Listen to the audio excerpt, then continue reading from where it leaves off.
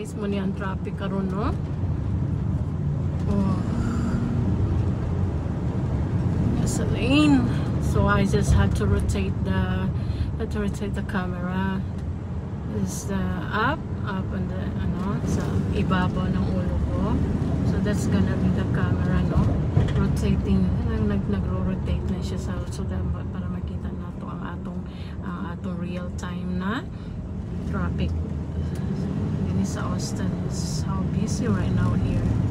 Grabe, as in I'm trying really to sneak out na hindi mag-traffic pa, pero naabutan ta sa traffic. So it's gonna be like this.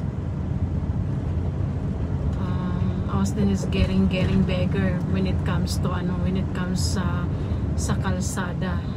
Nung una lang ito one way two way. Ngayon marami ng extensions ng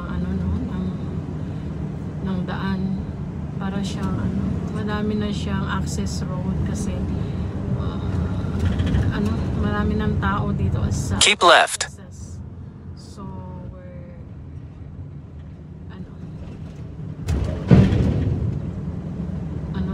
sa GPS natin, sinusundan natin. Nawawala na kasi ako dito eh. Medyo matagal na hindi nagda-drive dito. But anyhow, I'm driving a 9-foot ceiling na na U-Haul. So medyo malaki-laki. Hinahinay lang ko dali kay ato ta sa storage from San Antonio to Round Rock, Austin. Proceed to the route. It's hindi na makita nato sa kilid-kilid traffic po sa kabila din, no? So that's what we do right now. Okay guys, hindi sa takotog kay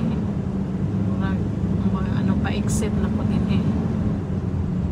In 6 miles, take the exit onto Lake Creek Parkway toward Township Road RM 620. Naguna-una na day ko dani, pero maputol na gini ang akong video, kaya only 3 minutes lang ang atong video man. So, di man ni atong grabe. Hina ang atong padagan kay truck man ang atong dala.